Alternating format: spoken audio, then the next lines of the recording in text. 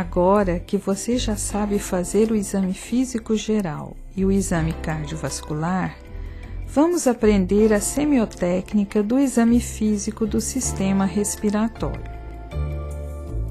Você já aprendeu o ambiente com temperatura agradável, boa iluminação e privacidade durante o exame são fatores importantes. Durante o exame do sistema respiratório, o paciente deve permanecer sentado. Desta forma, para o exame do tórax anterior, o paciente senta-se na maca com as pernas pendentes, com o examinador à frente, à sua direita. Já para o exame do tórax posterior, o paciente também permanece sentado com as pernas pendentes, mas de costa para o examinador, que fica à sua esquerda. Lembre-se de que o paciente deve estar sem camisa, com o tórax despido. O exame do sistema respiratório compreende a inspeção, a palpação, a percussão e a ausculta do tórax. Vamos iniciar pela inspeção do tórax. Você já aprendeu que se deve dar atenção às lesões elementares da pele durante a inspeção. Também é importante olhar a região torácica com visão frontal ou tangencial para visualizar pequenos abaulamentos ou depressões. Lembre-se de identificar os pontos de referência do tórax. Eles são muito importantes. Veja-os no livro de semiologia e procure memorizá-los. Na face anterior do tórax, você pode identificar a incisura supraesternal, o ângulo manúbrio external ou ângulo de Louis e o ângulo costal ou de Charpy. Já na face posterior do tórax, você vai encontrar como pontos de referência a vértebra proeminente C7, a escápula e seu ângulo inferior e a extremidade livre da 12ª costela. Além dos pontos de referência, não se esqueça de identificar as linhas de referência do tórax. Agora, procure no livro e veja todas as linhas de referência. Na face anterior, existem as linhas médio-esternal e hemiclavicular. Na região lateral, as linhas axilar anterior, média e posterior. Na face posterior, as linhas vertebral e escapular. Conhecendo os pontos e linhas de referência, você poderá localizar qualquer alteração durante o exame físico. Grave bem estes pontos e estas linhas. Durante a inspeção, deve-se classificar o tipo de tórax de acordo com seu formato. O tórax pode ser normal ou elíptico, infundibuliforme, também chamado de tórax de sapateiro, entoneu, cariniforme ou tórax de pombo, tórax chato, ensino, cifótico ou cifoescoliótico. Também é importante classificar o tipo respiratório durante a inspeção do tórax.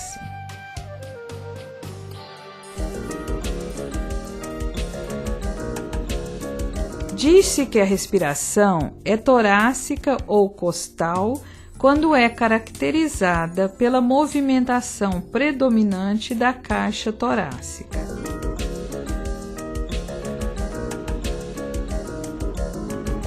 A respiração é dita abdominal ou diafragmática quando é caracterizada pela movimentação predominante da metade inferior do tórax e do andar superior do abdômen.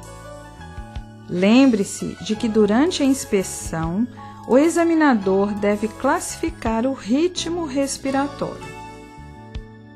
O ritmo respiratório, considerado normal ou padrão uniforme, é caracterizado por 10 a 20 incursões por minuto de forma regular no indivíduo adulto. Já a taquipneia é uma respiração superficial e rápida.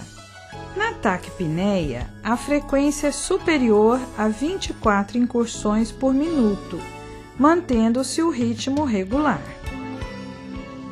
A bradipneia, ao contrário, é caracterizada por uma respiração lenta e regular, com uma frequência menor que 10 incursões por minuto.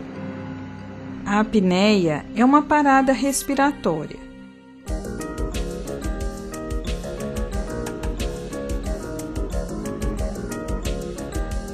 A respiração de Cheyne-Stokes caracteriza-se por uma fase de apneia, seguida de incursões inspiratórias cada vez mais profundas, até atingir um ponto máximo para depois decrescer até uma nova pausa.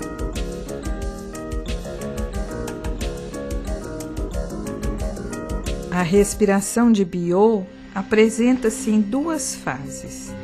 Inicia-se com a apneia, seguida de movimentos inspiratórios e expiratórios anárquicos, quanto ao ritmo e amplitude.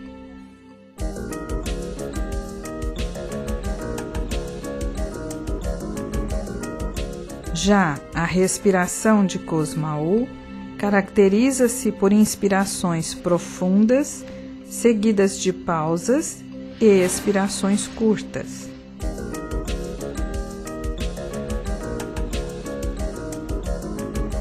A respiração suspirosa é composta de movimentos inspiratórios de amplitude crescente, seguidos de expiração breve e rápida.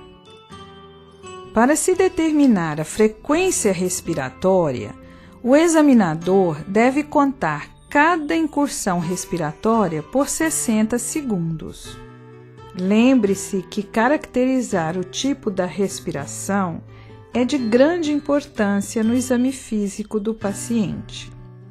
Outro dado importante é a presença de tiragem e o uso da musculatura acessória. Durante a inspiração, em situações normais, os espaços intercostais deprimem-se ligeiramente. Uma depressão importante dos músculos intercostais ou da musculatura acessória durante a respiração chama-se tiragem. A tiragem é mais visível na parte lateral do tórax e resulta do aumento da pressão negativa durante a inspiração. Agora, preste bem atenção. A tiragem pode ser supraclavicular, infraclavicular, intercostal ou epigástrica. Observe também se o paciente está usando a musculatura acessória, como, por exemplo, os músculos escaleno, trapézio e esternocleidomastoideo. Agora você vai aprender a palpação do tórax. Através da palpação do tórax, determina-se a expansibilidade pulmonar e o frêmito tóraco-vocal. Lembre-se de que o paciente deve permanecer sentado na maca com as pernas pendentes. O examinador deve ficar de pé, à direita do paciente quando este estiver de frente, e à esquerda do paciente quando este estiver de costas. Para se determinar a expansibilidade dos ápices pulmonares na face posterior, o examinador deve colocar as mãos espalmadas nas bordas internas da base do pescoço, os polegares na coluna vertebral e os demais dedos nas fossas supraclaviculares. Preste atenção na posição das mãos do examinador. Durante a manobra, pede-se para o paciente inspirar e expirar profunda e pausadamente com a boca entreaberta. Para se determinar a expansibilidade dos ápices pulmonares na face anterior, o médico deve colocar as mãos espalmadas nas bordas internas da base do pescoço, polegares no ângulo manúbrio-external e os demais dedos no dorso. Não se esqueça de solicitar ao paciente para inspirar e expirar profunda e pausadamente com a boca entreaberta. Para se determinar a expansibilidade das bases pulmonares na face posterior, o médico deve colocar as mãos espalmadas no tórax do paciente, ficando os polegares nas linhas paravertebrais e os demais dedos recobrindo os últimos arcos costais. Para se determinar a expansibilidade das bases pulmonares na face anterior, o examinador coloca novamente as mãos espalmadas no tórax do paciente, desta vez com os polegares no ângulo costal e os demais dedos recobrindo os últimos arcos costais. O frêmito tóraco-vocal corresponde às vibrações das cordas vocais transmitidas à parede torácica e pode ser palpado pelo examinador. Para se produzir as vibrações das cordas vocais, o examinador deve solicitar ao paciente que diga 33. 33. 33. Para se palpar o frêmito tóraco-vocal na face anterior, o médico deve colocar a mão direita espalmada sobre a superfície do tórax, comparando a intensidade das vibrações em regiões homólogas, direita e esquerda, de cima para baixo. Para se determinar o frêmito tóraco-vocal na face posterior, o examinador coloca a mão direita espalmada sobre a superfície do tórax, comparando a intensidade das vibrações em regiões homólogas, direita e esquerda, de cima para baixo. Lembre-se, durante as manobras, deve-se pedir ao paciente que diga 33. 33. 33. Preste atenção.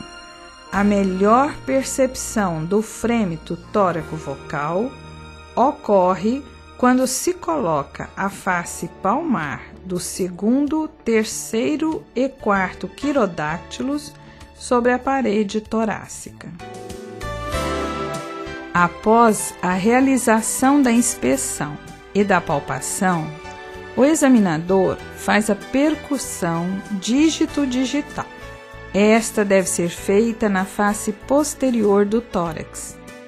A percussão deve ser executada separadamente em cada hemitórax, de cima para baixo. Posteriormente, deve-se fazer a percussão comparativa e simétrica nos dois hemitóraxes. Durante a percussão do tórax de uma pessoa normal, será ouvido o som claro pulmonar. Agora, vamos terminar o exame com a realização da ausculta do tórax. A ausculta é o método semiológico básico do exame físico dos pulmões. Nunca é demais lembrar que o médico deve utilizar o estetoscópio em ambiente silencioso. Como já foi falado, o paciente deverá permanecer sentado. O médico à direita para examinar o tórax anterior e à esquerda para examinar o tórax posterior. Também durante a ausculta, o examinador deve solicitar ao paciente que respire profunda e pausadamente com a boca entreaberta. A ausculta das regiões do tórax deve ser feita de cima para baixo e de forma simétrica, comparando os dois hemitóraxes. O examinador deverá sempre separar a inspiração da expiração. Pede-se ao paciente para tossir durante a ausculta. Este procedimento serve para separar os ruídos permanentes dos eventuais. Agora, devemos reconhecer os sons pleuropulmonares normais. São eles: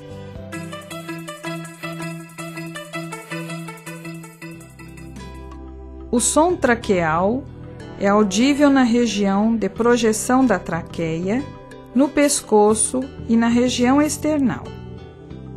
Origina-se na passagem do ar através da fenda glótica e na própria traqueia. Neste momento, o examinador deve solicitar que o paciente respire com a boca aberta. Observe que a expiração é mais longa que a inspiração.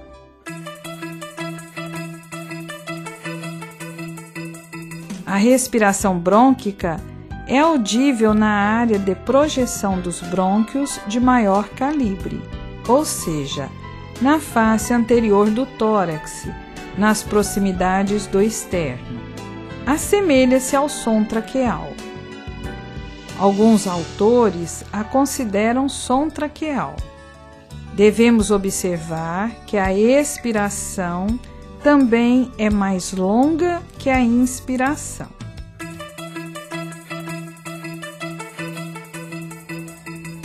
A respiração broncovesicular é auscultada na região entre as escápulas junto à coluna vertebral, principalmente à direita, ou seja, onde se localizam os brônquios-fonte. Neste caso, observamos que o tempo da expiração se iguala à inspiração.